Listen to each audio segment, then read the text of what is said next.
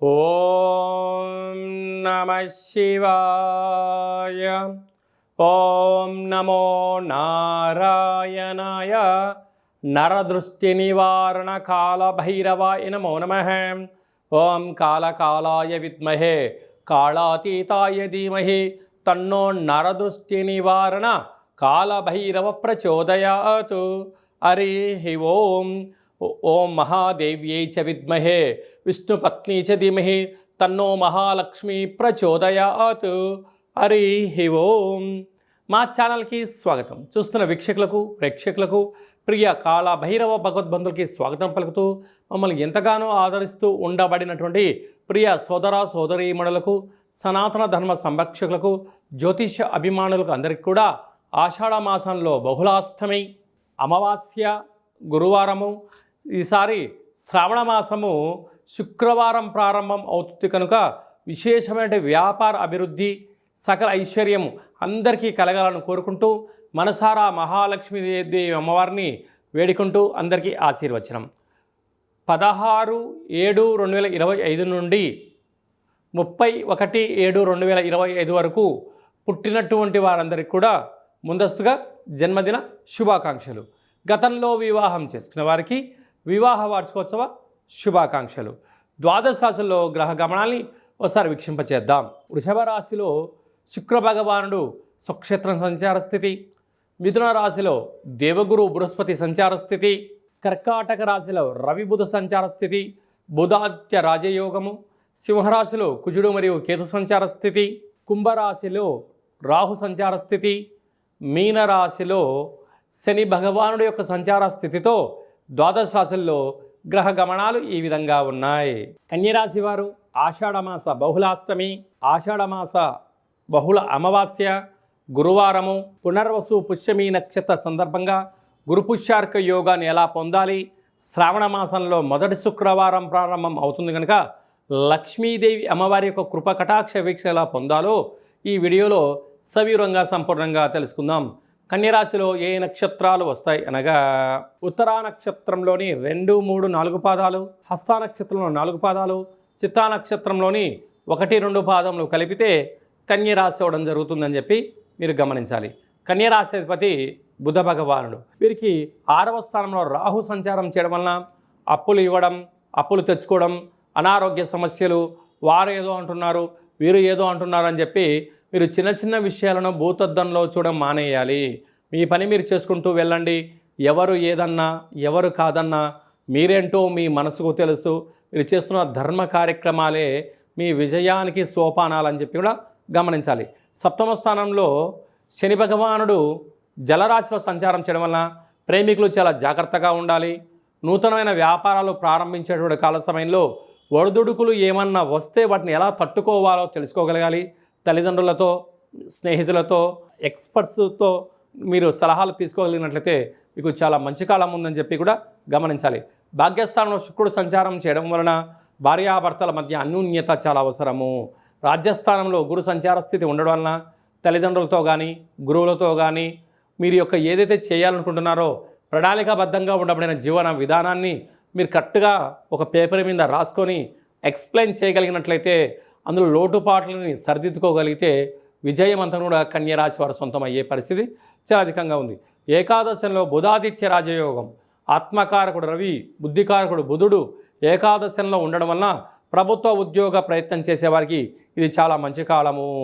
అలాగా తల్లిదండ్రుల నుంచి వచ్చేటువంటి సంక్రమించే స్థిరమైనటువంటి గవర్నమెంట్ ఉద్యోగం వచ్చే అవకాశాలు కూడా చాలా అధికంగా ఉన్నాయి. వ్యయంలో కుజుడు కేతు సంచార స్థితి ఉండడం వలన కుజదోష ప్రభావం కారణం వలన చిన్న చిన్న విషయాలకు ఆందోళన తగదు. సకాలంలో తిండి, సకాలంలో నిద్ర, తగు వ్యాయామం అవసరం అని చెప్పి కూడా గుర్తుపెట్టుకోవాలి. ఈ కుజదోష ప్రభావం కారణం వలన మీ జన్మ నక్షత్రం రోజున అష్టమి అమావాస్య తిథులు ఎందున దూరవాయు జల ప్రయాణాలు పెట్టుకోవద్దు. ఈ గురువారము పుష్యమి నక్షత్ర సందర్భంగా గురు పుష్యార్క యోగ సందర్భంగా తెల్లజిరేడు వృక్షం దగ్గర మీరు 18 సార్లు ప్రదక్షిణ చేయడము, అలాగనే కుష్మాండ దీపాన్ని పెట్టడము ఐశ్వర్యాన్ని ఆనందాన్ని ఇస్తుంది. ఆ వేరును తీసుకొచ్చి ఇంట్లో పెట్టుకున్నట్లయితే మీతో పాటు 7 తరాలకు యోగాన్ని ఇవ్వడం జరుగుతుంది. స్వయంవృత్తులు, సేవా రంగాలు, హోటలు, ఆహార ఉత్పత్తులు, సేవా రంగాలు, క్లాత్ బిజినెస్ చేసేటువంటి వారందరూ కూడా చాలా మంచి కాలం ఉందని చెప్పి కూడా గమనించాలి. జూలై మాసంలో ద్వితీయార్థంలో ముఖ్యమైనటువంటి పండగల గురించి క్లుప్తంగా సవివరంగా సంపూర్ణంగా తెలుసుకుందాం. 18వ తారీఖున 7వ నెల 2025 బహుళ అష్టమి, భాద్రపద మాస బహుళ అష్టమి సందర్భంగా కాళభైరవ స్వామి స్మరణ ధ్యానము యోగదాయకం అని చెప్పి కూడా గమనించాలి. అలాగనే మనకు 24వ తారీఖున గురువారము పునర్వసు పుష్యమి నక్షత్ర సందర్భంగా గురు పుష్యార్క యోగ అమావాస్య అంటారు. అనగా అర్కము అనగా తెల్ల జిల్లెడి యొక్క వృక్షము కనుక తెల్ల జిల్లెడి వృక్షం దగ్గర దీపం పెట్టడం, పరిస్థితి అనుకూలించినట్లయితే ఆ తెల్ల జిల్లెడి యొక్క వేరును తీసుకుని వచ్చి వాటిని బాగా శుద్ధి చేసి పసుపు కుంకుమ సింధూరాన్ని పోసి ఇంట్లో పెట్టుకున్నట్లయితే అద్భుతమైన విపరీతమైన రాజయోగం కలుగుతుందని చెప్పి గమనించగలగాలి.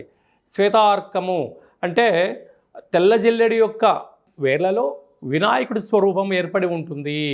అలాంటి వేరును ఇంట్లో మనం ఉంచుకోవడం వలన, ఆ స్వరూపాన్ని ఇంట్లో ఉంచుకోవడం వలన విద్యలో, ఉద్యోగంలో, వ్యాపారాలలో, రాజకీయాలలో, సకల కార్యక్రమాలలో తిరుగులేనటువంటి జీవితం మీ సొంతం చేసుకుంటారని చెప్పి గమనించాలి. అందరికీ ఆ యొక్క శ్వేతార్క వరసిద్ధి మహాగణపతి స్వామికి ఆశీస్సులు ఉండాలని కోరుకుందాం. అందరికీ ఎవరికి ఎలాంటి అష్ట కష్టాలు లేకుండా అష్టైశ్వర్య ప్రాప్తిని కలిగించాలని కూడా మనసారా కోరుకుందాం. అలాగనే ఈ సంవత్సరం మనకు శ్రావణ మాసము మొదటి శుక్రవారంతోనే ప్రారంభమవుతుంది. విశేషంగా పుష్యమీ నక్షత్రము ఆశ్లేష నక్షత్రంలో ప్రారంభం అవుతుంది కనుక ఈ సంవత్సరం మహాలక్ష్మీదేవి అమ్మవారిని అందరికీ విద్య, ఉద్యోగ, వ్యాపార, జన ఆకర్షణ, ధన ఆకర్షణ కలిగించే యోగ్యత శక్తి ప్రసాదించబోతుందని చెప్పి కూడా గమనించాలి. కనుక మనం అందరము కూడా వీలైతే మనం శుక్రవారం పూట అమ్మవారిని స్మరించడం, ధ్యానించడం, లక్ష్మీదేవి పూజ చేసుకోవడం వలన సకల ఐశ్వర్యాలంతా కూడా మన సొంతం అవుతాయని చెప్పి గమనించాలి. అందరికీ అమ్మవారు సకల ఐశ్వర్యాలని, అలాగే ఆదిలక్ష్మీ గణపతి, ధైర్యలక్ష్మీదేవతి, విద్యాలక్ష్మీ గణపతి, సకల ఐశ్వర్యలక్ష్మీ గణపతులు సంపూర్ణమైన ఐశ్వర్యాన్ని ప్రసాదించాలని మనసారా మనం కూడా కోరుకుందాం. మీ వ్యక్తిగత జాతకం తెలుసుకోవాలనుకుంటున్నారా? మీరు పుట్టినటువంటి తేదీ, నెల, సంవత్సరం, సమయం వ్రాసి మీరు పంపించగలిగినట్లయితే 100 సంవత్సరాల జాతకాన్ని సవివరంగా సంపూర్ణంగా వ్రాసి పంపించి మీరు పుట్టినప్పుడు గ్రహ గమనాలు ఎలా ఉన్నాయి, ప్రస్తుతం ఎలా ఉంటున్నాయి, రాబోయే కాలం ఎలా ఉండబోతున్నాయో సవివరంగా సంపూర్ణంగా తెలియజేయడం జరుగుతుంది.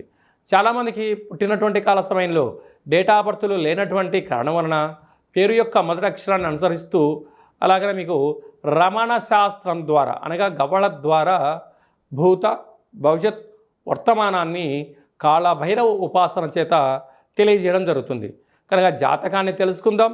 జీవితంలో ఉండబడినటువంటి అడ్డంకులను తొలగించుకొని అద్భుతమైన బంగారు భవిష్యత్తు జీవితం స్వాగతం పలుకుదామని కోరుకుందాం. కనుక ఆసక్తి గలవారు అపాయింట్మెంట్ తీసుకొని సంప్రదించగలరు. అలాగనే వివాహమైనటువంటి దంపతులు తరచుగా గొడవ పడుతున్నారా? ఎందుకు గొడవ పడుతున్నారు? మీ యొక్క వివాహ తదనంతరము మీ యొక్క పేర్లలో మార్పులు కానీ, జాతకాల్లో ఏమైనా స్వల్పమైన ఇబ్బందులు ఏమైనా ఉన్నట్లయితే వాటిని సరిచేసి మీరు పాలు నీళ్ళలాగా శ్రీ పార్వతీ పరమేశ్వరులు కలిసి ఉండేటువంటి విధంగా సలహాలు సూచనలు ఇవ్వడం జరుగుతుంది. కనుక అందరము బాగుండాలి, అందులో మనం కూడా ఉండాలని కోరుకుంటూ ఆశీర్వచనం. ఓం శతమానం భవతి శతాయు పురుష సతేంద్రియ ఆయుష్యేవేంద్రియే ప్రతిష్టతి ధనం ధాన్యం బహుపుత్రలాభం శత సంవత్సరం దీర్ఘమాయు సర్వే జనా సుఖినో భవంతు లోకా సమస్తా సుఖినో భవంతు సర్వం శ్రీ మహాలక్ష్మీ దేవతార్పణమస్తు. హరి ఓం. ఈ వీడియో మీకు నచ్చినట్టయితే లైక్ చేయండి, షేర్ చేయండి. అందరికన్నా మీ వ్యక్తిగత జాతకాన్ని ముందుగా తెలుసుకోవాలి అనుకుంటున్నట్లయితే మా ఛానల్ని సబ్స్క్రైబ్ చేసుకోండి. అలాగనే ఆల్ అనే బటన్ను ప్రెస్ చేసి గంట సింబల్ ప్రెస్ చేసినట్లయితే సర్వత్రా అమ్మవారి యొక్క ఆశీస్సులు మీకు పుష్కలంగా ఉంటాయని చెప్పి కూడా గమనించాలి.